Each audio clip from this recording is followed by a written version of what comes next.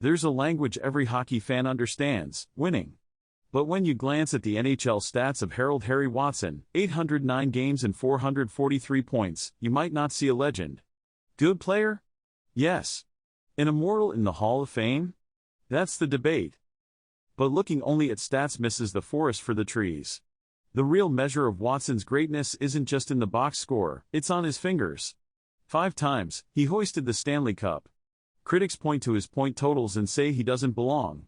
It's time to shut down that debate for good. To appreciate 5 championships, you have to understand the era. Watson's career, from 1941 to 1957, was spent almost entirely in the original 6 NHL. This wasn't a 32-team league, it was a pressure cooker. 6 teams, stacked with legends, played each other up to 14 times a season. There were no easy nights. With only about 120 roster spots in the whole league, the talent was incredibly concentrated. Every night, Watson faced icons like Gordie Howe and Maurice the Rocket Richard. The playoff format was a gauntlet. Only 4 teams made it, meaning you immediately faced an elite opponent. To win the Stanley Cup, you had to beat 2 other powerhouses. Watson did this 5 times. He wasn't just along for the ride, he was a key contributor on 2 of the era's greatest dynasties. Winning 1 cup then was a career-defining achievement. Winning 5 is legendary.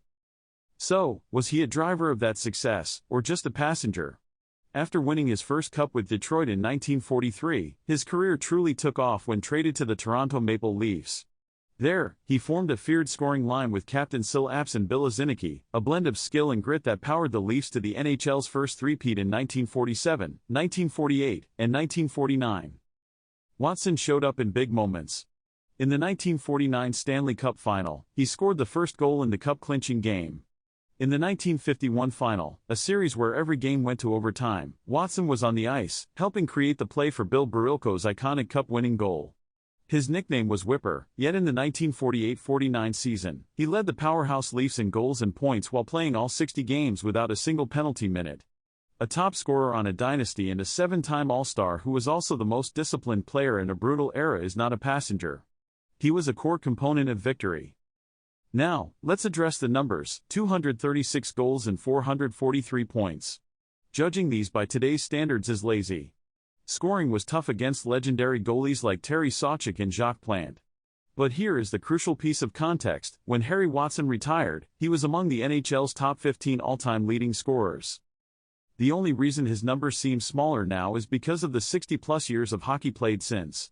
He wasn't just a good scorer on his team, he was one of the most productive players the game had ever seen.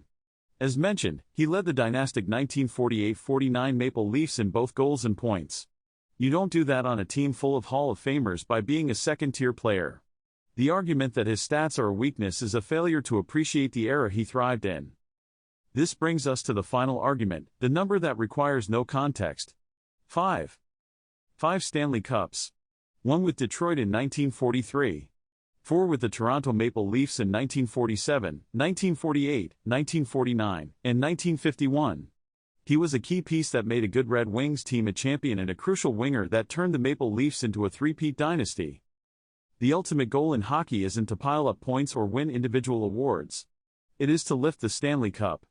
Harry Watson achieved that goal 5 times. There are players in the Hall of Fame with more points who never won a single championship. Watson was a constant, a common denominator for victory. While other players are defined by their individual stats, Watson's career is defined by repeated, collective success. He represents an archetype that the Hall of Fame must honor, the serial winner. So when we look back at the career of Harry Watson, what should we see? The 443 points that critics scoff at? Or the context? The player who was one of the top scorers in NHL history the day he retired? The man who led a dynasty in scoring without taking a single penalty? The 7-time All-Star? And most importantly, the 5 championship rings? The Hall of Fame is for the legends of the sport. While some legends are written in staggering point totals, others are forged in the fire of championship pressure. Harry Watson's legend is one of winning. So while the debate might live on for those who only read the back of a hockey card, for those who understand what it takes to win in one of the toughest eras the sport has ever known, the case is closed. 5 rings. End of discussion. So what are your thoughts about Harry Watson? Do you think he should or not be in the Hall of Fame? Write in the comments section below, and don't forget to subscribe, like and share this video, and click on the notification bell. And don't forget to click on the playlist above to watch more NHL Hall of Famers of his era. Thanks for watching.